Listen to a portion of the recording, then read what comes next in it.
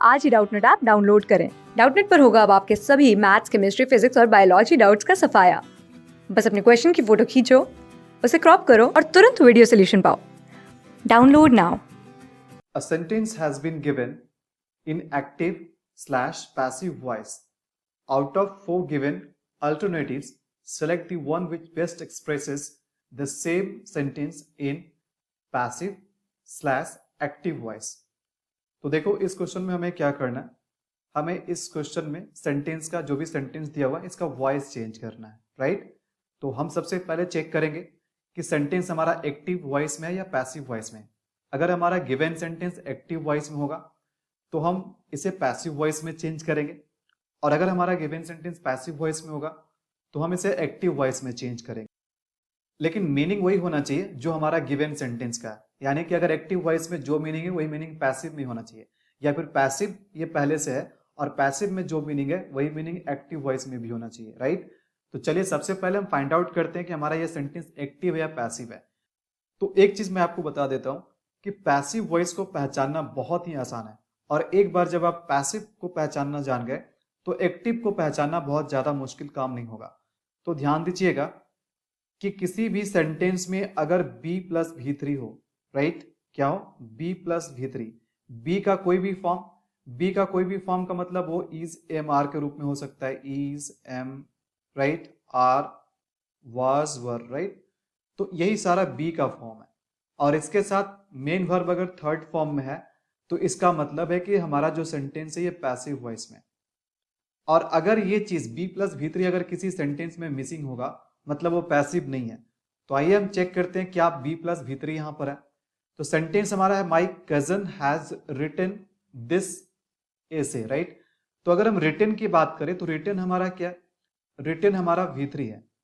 तो एक चीज तो यहां पर मिल रहा है, लेकिन क्या b का कोई फॉर्म यहां पर है, b का यहां पर कोई भी फॉर्म नहीं है। इसका मतलब है कि हमारा गिवन सेंटेंस पैसिव नहीं है, बल्कि हमारा गिवन सेंटेंस एक्टिव वॉइस में है। क्या है, एक्टिव वॉइस में है। अब हमें ऑप्शन से सेलेक्ट करना है इसका पैसिव वॉइस। तो फिर से वही बात है कि अगर हमें पैसिव वॉइस सेलेक्ट करना है तो वही ऑप्शन हमारा सही होगा जिसमें b का कोई भी फॉर्म और साथ ही साथ v3 हो। तो यहां पर सबसे पहले हम हेल्पिंग वर्ब अगर देखते हैं तो हेल्पिंग वर्ब यहां पर हैज लगा हुआ है। तो देखो हैज के ग्रुप में और कौन आता है, हैज के ग्रुप में आएगा हैज के ग्रुप में आएगा हैव आएगा, राइट। तो अगर हम एक्टिव से पैसिव में चेंज कर रहे हैं तो हेल्पिंग वर्ब हमारा या तो हैज होगा या तो हैव ही होगा, तीसरा कुछ नहीं हो सकता है। ये डिपेंड करता है कि सब्जेक्ट हमारा क्या, अगर हमारा सब्जेक्ट सिंगुलर होगा तो हैज होगा, अगर हमारा सब्जेक्ट प्लूरल होगा तो हैव होगा। और एक चीज हम और जानते हैं, जब हम एक्टिव से पैसिव या पैसिव से एक्टिव में चेंज करते हैं तो जो हमारा सब्जेक्ट होता है वो ऑब्जेक्ट बन जाता है, और जो ऑब्जेक्ट होता है वो हमारा सब्जेक्ट बन जाता है, राइट।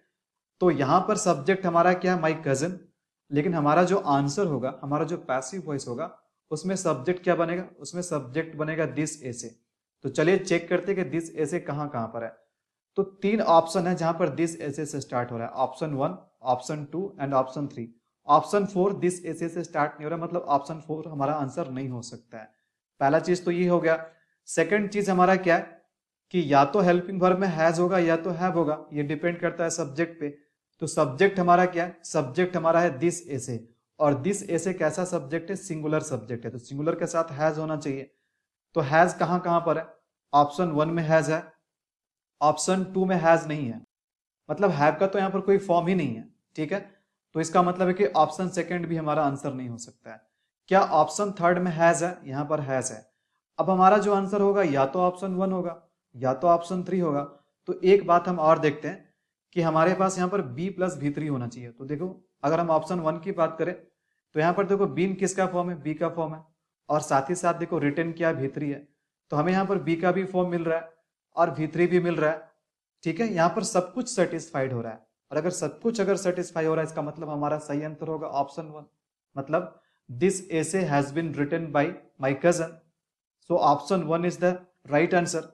अब आप कहोगे कि ऑप्शन 3 क्यों नहीं हो सकता है, तो ऑप्शन 3 में देखो हैज है, यहां तक ठीक है, देखो बी का कोई फॉर्म है, यहां तक ठीक है, लेकिन यहां पर जो हमारा मेन वर्ब है ना वो v3 के फॉर्म में नहीं है बल्कि ये v2 है, और पैसिव वॉइस में v2 नहीं लगाते, v3 लगाते हैं, इसलिए ऑप्शन 3 भी नहीं हो सकता है। तो फाइनली जो हमारा करेक्ट आंसर होगा, यानी इस सेंटेंस का जो पैसिव वॉइस होगा ये होगा option this essay has been written by my cousin. I hope you got it. Thank you. Class 6 से 12 से लेके नीट, IIT, जेई मेंस और एडवांस के लेवल तक 10 मिलियन से ज़्यादा स्टूडेंट्स का भरोसा। आज ही डाउनलोड करें डाउटनेट ऐप या व्हाट्सएप कीजिए अपने डाउट्स 8400 400 400 पर।